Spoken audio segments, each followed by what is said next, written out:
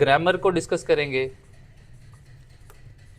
इसके अलावा हम इसमें सिनोनिम देखेंगे। इसके अलावा हम इसमें पंक्चुएशन डिस्कस करेंगे। अच्छा, अब देखें कि मैंने आपको इसकी स्टोरी कल बता दी थी और मैंने आपको बताया था कि बटन बटन, पहली बात तो ये कि इसमें एक ही सिलेबल है, इसमें सिलेबल दो नहीं है। कुछ लोग इसको पढ़ते हैं बटन बटन, लेकिन इसमें सिर्फ एक सिलेबल है और स्ट्रेस इसका स्टार्ट में है। मतलब कि ये ब साउंड जो है इसमें स्ट्रेस आएगा। इसको हम पढ़ेंगे बटन बटन, ना कि बटन बटन, तो ये गलत प्रोनाउंसिएशन हो जाएगी। हम साथ साथ इसकी यानी प्रोनाउंसिएशन भी पढ़ेंगे।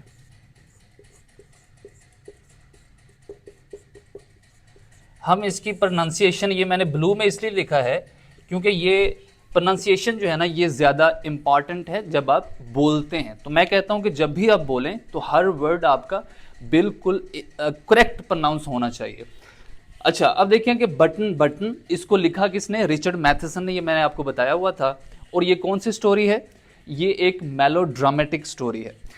अच्छा, अब देखिए इसमें हॉरर है, यानी हॉरर और सस्पेंस पाया जाता है इस स्टोरी में। अच्छा, अब देखें ये कहानी के बारे में मैंने आपको इसकी सारी स्टोरी मैंने आपको बता दी थी। अच्छा, अब देखें ये पहली बात तो ये कि ये नॉन फिक्शन नहीं है, ये फिक्शन है। फिक्शन का भी मैंने आपको बताया था कि जो तसव्वुराती कहानी होती है, जो नॉन रियल स्टोरी होती है, उसको हम फिक्शन कहते हैं। नॉन फिक्शन वो होता है कि जो कि हकीकत पर, हकायक पर मबनी होती है, जो जिसमें सारे हकायक बताए जाते हैं। अच्छा, अब देखें इसको हम रीड करते हैं। चलें जी, इसमें लेसन नंबर 1 और पेज नंबर जो है जी इसका 1 है। The package was lying by the front door. The package मैंने आपको बताया था कि जब हम किसी भी चीज़ को स्पेसिफाई करना चाहते हैं तो फिर हम उसके साथ दा लगाते हैं। ये हम साथ साथ डिस्कस करते जाएंगे कि दा कहाँ पे यूज़ होता है और दा कहाँ पे यूज़ नहीं होता। देखें इसमें पहली बात तो ये कि हमने इसको दा क्यों पढ़ा, दी क्यों नहीं पढ़ा। तो जब भी दा या दी के बाद आने वाला जो वर्ड होगा उसमें अगर जो उसका स्टार्टिंग साउंड है वो अगर वाउल साउंड है तो हम इसको दी पढ़ेंगे, अगर कॉन्सोनेंट साउंड है तो हम इसको दा पढ़ेंगे। जैसे देखें इसमें पैकेज का जो स्टार्टिंग साउंड है, जो इनिशियल साउंड है वो है प, तो ये कॉन्सोनेंट साउंड है, इसलिए हमने इसको दा पढ़ा। इस तरह एलिफेंट है तो एलिफेंट का स्टार्टिंग साउंड वाउल है, इस वजह से हम उसको दी एलिफेंट कहेंगे, द एलिफेंट नहीं कहेंगे। अच्छा, the package was lying by the front door. पलंदा यानी पैकेज पार्सल को कहते हैं, यानी पलंदा आप उर्दू में इसको कह सकते हैं। यानी पलंदा वॉज लाइंग पड़ा हुआ था, बाय द फ्रंट डोर सदर दरवाजे के पास, बाय द फ्रंट डोर सदर दरवाजे के पास। अच्छा, इसमें देखिए ये लाइंग ये जो वर्ड यूज हो रहा है, लाइंग का मतलब होता है पड़ा हुआ था, मतलब to be on a horizontal place. अच्छा, यहाँ पे देखेंगे लाइन, ये 3 किस्म के होते हैं। कैसे आपको कैसे पता चलेगा कि यहाँ पे कौन सा लाए इस्तेमाल हो रहा है? अच्छा, अब देखें एक तो लाए ये होता है, दूसरा एक हमारे पास ले होता है, एक फिर हमारे पास लाए होता है। अच्छा, देखें ये लाए to be at a horizontal place. देखें लाए, इसकी सेकंड फॉर्म ऑफ वर्ब क्या होगी आप बताएं। इसकी सेकंड फॉर्म ऑफ वर्ब हमारे पास, ये वर्ड जो यूज हो रहा है कि लाइन, इसमें सेकंड फॉर्म ऑफ वर्ब हमारे पास क्या होगी? यानी अब देखें ले, थर्ड फॉर्म इसकी लेन होगी और आईएनजी फॉर्म हमारी वो लाइंग होगी। ठीक है जी। अच्छा, ये जो ले है इसके लिए हम कौन सी second form of verb use करेंगे? लेड, थर्ड फॉर्म भी लेट, और जो हमारे पास आईएनजी फोर्थ फॉर्म जो होगी उसको हम लाइंग कहेंगे। अच्छा, अब देखें उसके बाद लाई, जो झूठ बोलना होता है, ये लाइड, लाइट थर्ड फॉर्म, और लाइंग इसकी फोर्थ फॉर्म ऑफ वर्ब होगी हमारे पास। अच्छा, अब देखें हमारे पास यहाँ पे हमने 3 लाए डिस्कस किए हैं। प्रोनाउंसिएशन लाए लाए ये दोनों की सेम होगी। ये ले है, यानी ले जैसे आपने पढ़ा होगा, यानी अंडा देना, यानी कुछ चीज़ ऐसे रख देना ज़मीन के ऊपर। अच्छा, अब देखें यहाँ पे हमारे पास जो वर्ड है लाई, LIE, लाई, ले, लेन। इसकी जो थर्ड फॉर्म है वो लेन है, और जो ING फॉर्म है यानी जिसको हम फोर्थ फॉर्म भी कहते हैं, और यानी ये फर्स्ट। अच्छा देखें, जो भी हमारे पास वर्ब जो है वो IE पे ख़त्म होता है तो हम क्या करते हैं, I पे या E पे ख़त्म होता है तो फिर हम ING फॉर्म बनानी होती है तो उसको Y में चेंज कर देते हैं, ये मैंने आपको बताया था। अच्छा अब देखें यहाँ पे हमारे पास कौन सा ट्रांजिटिव वर्ब है, कौन सा इंट्रांजिटिव वर्ब है। अच्छा ये देखें, ये हमारे पास जो वर्ब होगा ये कौन सा होगा जी, ये इंट्रांजिटिव होगा। इंट्रांजिटिव कैसे होगा कि इसको ऑब्जेक्ट की ज़रूरत नहीं है, ये अपना मफहूम सारा खुद ब खुद ही वाज़ह कर रहा है, ये इसको अपने ऑब्जेक्ट की ज़रूरत नहीं है।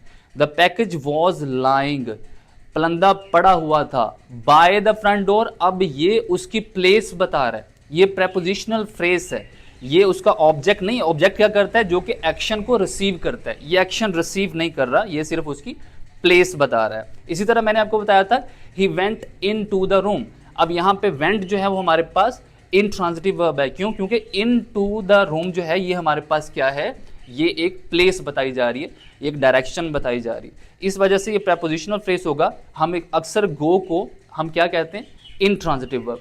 इसी तरह से ये इंट्रांजिटिव वर्ब है, और ये हमारे पास जो होगा, जो ले है, ये ट्रांजिटिव वर्ब होगा। अच्छा अब देखें कि हमारे पास, ये जहन में रखिएगा कि ये, क्योंकि देखें the hen laid egg yesterday, यानी मुर्गी ने कल एक अंडा दिया, ले को ऑब्जेक्ट की जरूरत है, क्या दिया।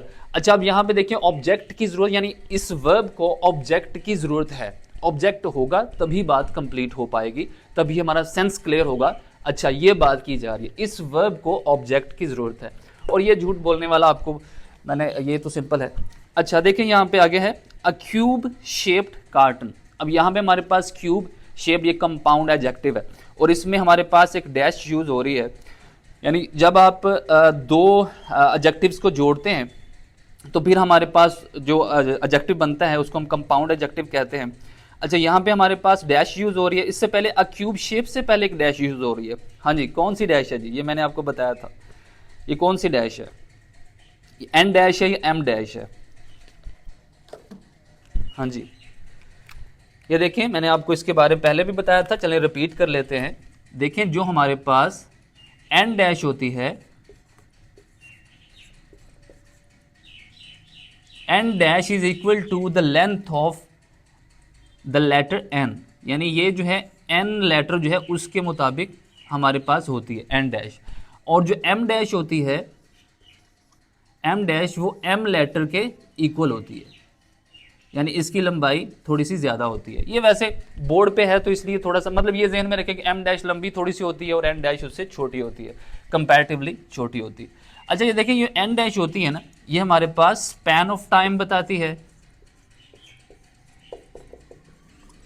या हमें रेंज बताती है। रेंज कैसे, रेंज मतलब जैसे हम कहते हैं Monday to Tuesday, Monday to Saturday, Monday to Friday. अब यहाँ पे हम एक चीज़ से दूसरी चीज़ तक जो रेंज बता रहे हैं वहाँ पे हम एन डैश का इस्तेमाल करेंगे, और जो एम डैश होगी ये हमारे पास ये कॉमा की जगह पे यूज़ हो सकती है, ये हमारे पास कॉलन की जगह पे यूज़ हो सकती है, ये हमारे पास सेमी कॉलन की जगह पे भी यूज़ हो सकती है। अच्छा, या फिर एक्सप्लेनेशन के लिए भी यूज़ हो सकती है, यानी जब हमने आगे कोई चीज़ पीछे वाली बात को एक्सप्लेन करना है आगे, तो फिर हम वहाँ पे ये डैश यूज़ कर। अच्छा यहाँ पे देखिए, ये रेंज नहीं बताई जा रही, यहाँ पे हम एक्सप्लेन कर रहे हैं। The package was lying by the front door, अब उस पैकेज की डिटेल बताई जा रही है आगे, उसको एक्सप्लेन किया जा रहा है, तो यहाँ पे ये एम डैश यूज़ हो रही है। A cube shaped carton sealed with tape. अच्छा अब यहाँ पे देखें अ क्यूब शेप्ड कार्टन, मैंने आपको बताया क्यूब शेप मतलब मुकाब शक्ल का, मुकाब नुमा, कार्टन मतलब डिब्बा, सील्ड बंद किया गया था, मतलब वो उसको सील किया गया था, उसको बंद किया गया था। सील्ड विद टेप यानी टेप के साथ बंद किया गया था, एक मुकाब शक्ल का डिब्बा जिसे टेप के साथ बंद किया गया था, यानी सील्ड मतलब क्लोज्ड, इसका सिनोनिम आप ले सकते हैं।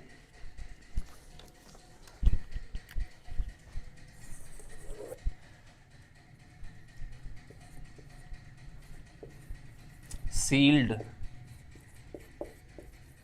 closed. अच्छा, अब यहाँ पे देखें कि a cube shaped carton sealed with tape, tape के साथ बंद किया गया था. Their name and address printed by hand, उनका नाम और पता हाथ से दर्ज किए गए थे, यानी उनका नाम और पता हाथ से. अच्छा, यहाँ पे प्रिंट क्यों यूज़ किया गया? हम तो प्रिंट यहाँ पे इसलिए यूज़ करते हैं ना, मतलब कि जब हम कोई प्रिंट चीज़ करवाने जाते हैं तो हम सोचते हैं कि जो मशीन में से जो निकला है वो प्रिंट है, लेकिन यहाँ पे प्रिंट क्यों यूज़ किया गया है?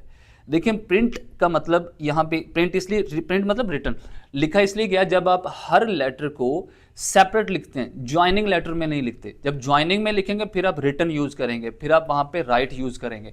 यानी कि अगर आप वहाँ पे ज्वाइनिंग में लिखा जाता तो आपने एड्रेस रिटर्न बाय हैंड होना था. जब आप हर लेटर को सेपरेट लिखते हैं तब आप वहाँ पे प्रिंट यूज़ करते हैं, तो इसलिए यहाँ पे प्रिंट का इस्तेमाल किया गया. अच्छा, mister and Mrs Arthur Lewis 217E 37th street New York 1016. अच्छा, ये सारा उनका एड्रेस लिखा हुआ, उनका नाम और पता लिखा गया है. अच्छा, यहाँ पे देखें कि मैंने आपको बताया था कि कॉलन जो होता है, कॉलन भी हमें एक्सप्लेन करने के लिए हम इस्तेमाल करते हैं. पिछली बात को जब हमने एक्सप्लेन करना होता है तो कॉलन के ज़रिए किया जाता है. मतलब किसी एक, जैसे हमने यहाँ पे प्रिंटेड बाय हैंड क्या लिखा हुआ था, अब आगे एक्सप्लेनेशन है तो फिर हमने कॉलन का इस्तेमाल किया. और इन्वर्टेड कॉमास के अंदर वो चीज़ लिखी जाती है जो हूबहू बिना तब्दील किए जब हमने लिखनी होती है.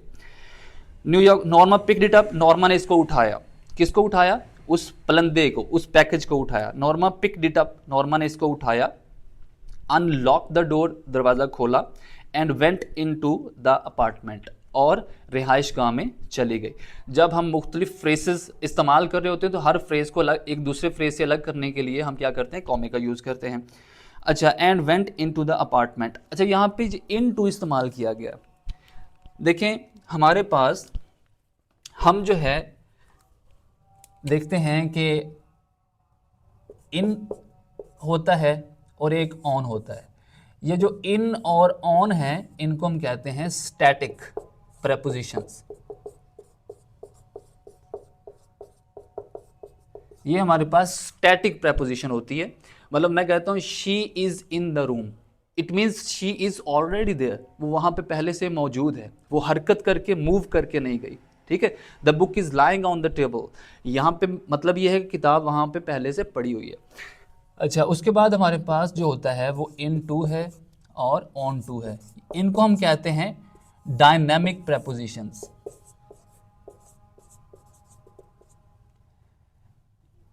ये डायनामिक होती हैं क्योंकि इसमें हरकत बताई जाती है, यानी कोई भी जो है वो चीज़ या कोई शख्स हरकत करके गया. डायनामिक प्रेपोजिशंस, यानी जैसे मैं कहता हूँ she went into the room, पहले वो वहाँ पे नहीं थी लेकिन वो मूव करके, he jumped into the water, he placed the book onto the table. समझ आ गई बात की? इसी तरह से ये हमारे पास डायनामिक होगा, मुतहर्रिक प्रेपोजिशन. ये स्टैटिक होगा, ये साकन होगा, मतलब कोई चीज़ पहले से वहाँ पे स्टैटिक हालत में है. अच्छा, ये हो गया हमारे पास, इसलिए हमने यहाँ पे इनटू, वेंट इनटू, मतलब वो पहले वहाँ पे मौजूद नहीं थी लेकिन वो मूव करके गई है. And went into the apartment, और रिहाइश गाह में चली गई. It was just getting dark, अंधेरा छा रहा था. चलें जी, यहाँ तक देखें